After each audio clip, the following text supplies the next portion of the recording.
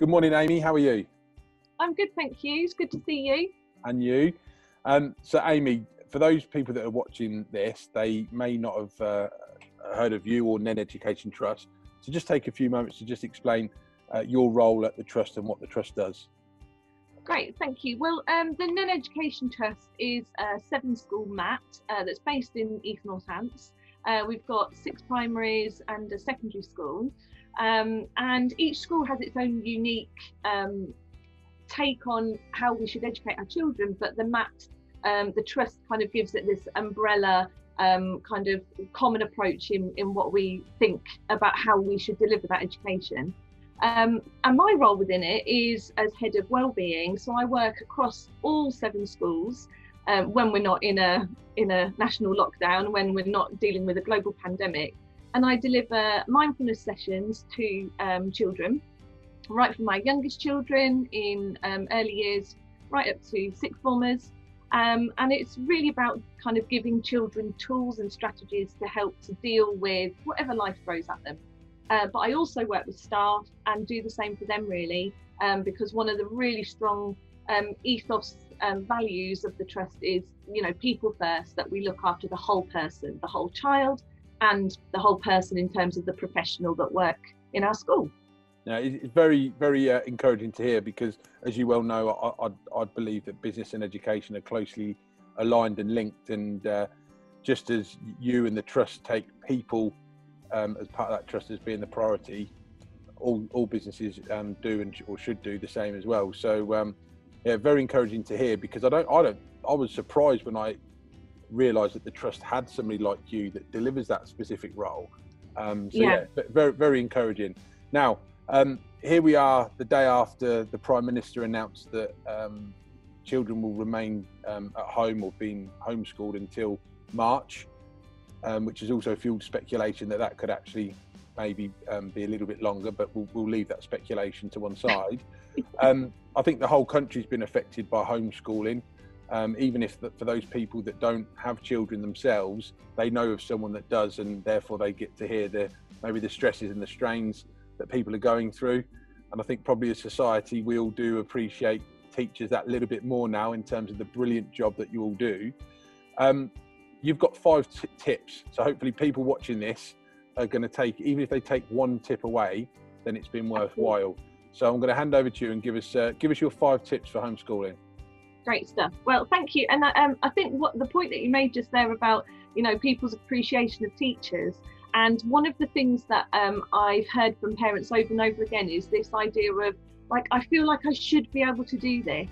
And actually, you know, teachers train for a good deal of time to be able to teach and deliver education in the way that we do. And yet, as parents, we're thrust into this, and we put these expectations on ourselves, and that can be really damaging to our well-being. So I've come up with kind of 5 top tips. There's nothing that's brand new in what I'm going to say. It's not rocket science, but sometimes when we're feeling the effect of all the pressure that we're under, it can be easy to forget the really simple things that can just help us to top our sense of being well up. So, no particular order, but my first top tip is boundaries.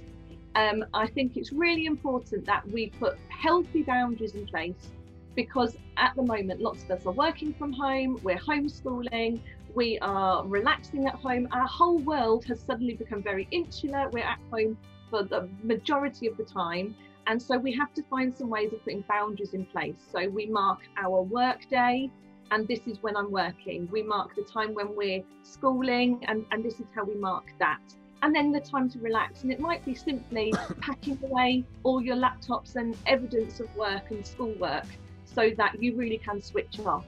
Time management. So in the business world, we would call that time management. Breaking the day into hours or hour and a half sessions. Yeah, absolutely that. And it's then about being productive, so that, you know, lots of us have probably tried to work while our children are homeschooling, and it's really difficult. Stress levels start to rise. And so maybe we box things off to say, I'm working for this hour, then for this half an hour, I'm helping my child with their learning, so that we can manage our time better and therefore be more productive when we are working. but also that marking the end of the day, because when we're working from home and homeschooling, it can feel like the day never stops. So marking the end of the day and making sure we know now is time for relaxing, unwinding, family time, or whatever it might be. So that would be my first one, boundaries. Second one is movement. So when we are sat at our laptops or our devices for large portions of the day, and this goes for children as well as the adults, we know that our attention span is actually quite short, and yet we try and sit very still for long periods of time. So getting movement into our day, sometimes I like to call them like movement snacks. Exactly, it can be whatever you like. Just a bit of a shoulder roll every now and again. We naturally tend to notice when we're feeling the tension, or we naturally do these things. But kind of planning them into the day so they deliberately happen has a real impact on our movement. Playing a silly game with the kids. One of the things I've done at school when we're doing live sessions is do a scavenger hunt, send them off and find stuff. But for adults to get moving as well. If I stop you there, so when you're delivering a lesson, you might say to the pupils, right, go and get a coffee mug, or go and get a household item, and then bring back to the laptop. Yeah, that's great. It's one of the wellbeing sessions I did really early on, because we were finding that parents were telling us that they were stressed, the kids were stressed, and they were trying to, carry on through the work, like we've got to get it done. And actually, I sort of said to the kids that when you're feeling like that, take a break. And I'm going to show you some quick games you can play, so that just, and I have to always say to them, this isn't like now go and have an hour break because you've done 10 minutes of work, but it's about saying, have a quick 5-minute break and then come back to it. And actually we're more focused again after that. So little games and things is really good. But for adults as well, get up and walk around, and not necessarily just because you need to go to the loo or something. That might be the only time we get up, or we need a new coffee, but deliberately making time for moving. That's a really good one, and one I'm not very good at. The next one is connection. So we are all feeling very isolated at the moment. We're not able to see all the people that we normally see. And because of all our work and our schooling being on devices, and then our socialising having to happen on devices as well, we can get a little bit of fatigue in terms of, I can't face another Zoom call, I can't face another FaceTime.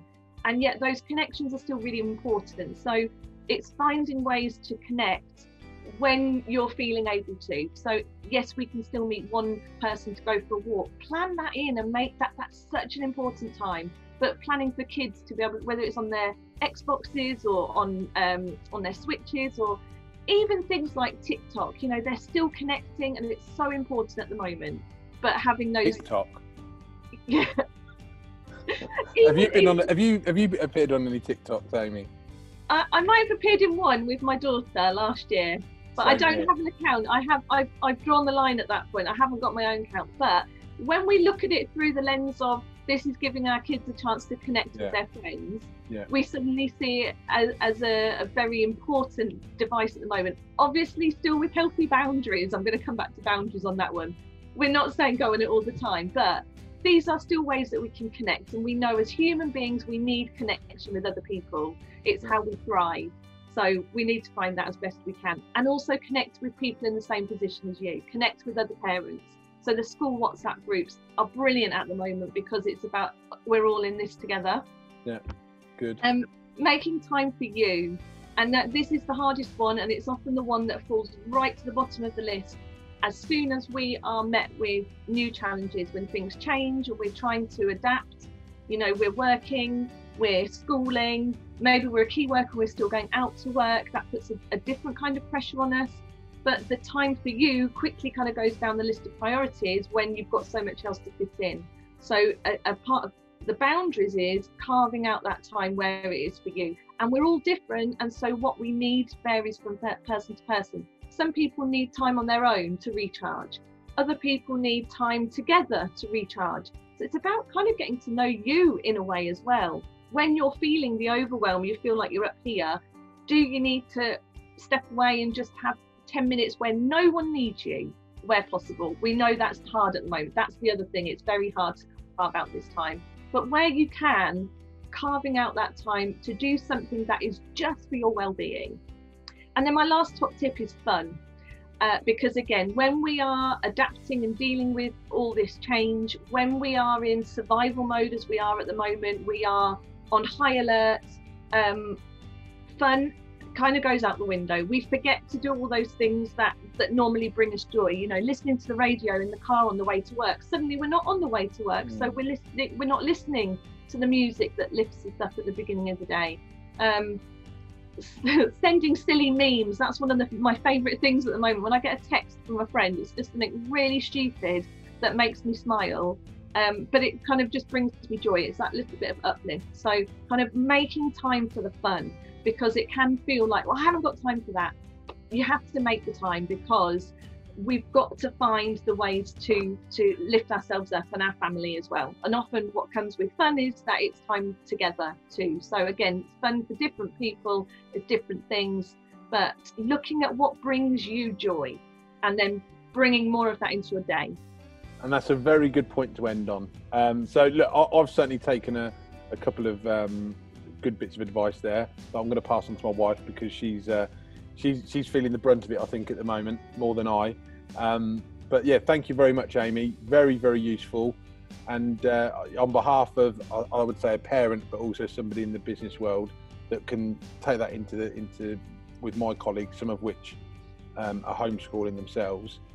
Thank you very much, and keep being brilliant, which is the hashtag that we use. I think it's worth as well saying at the moment, you know, thank you to all the parents that school staff really do appreciate how much you're doing and how hard it is.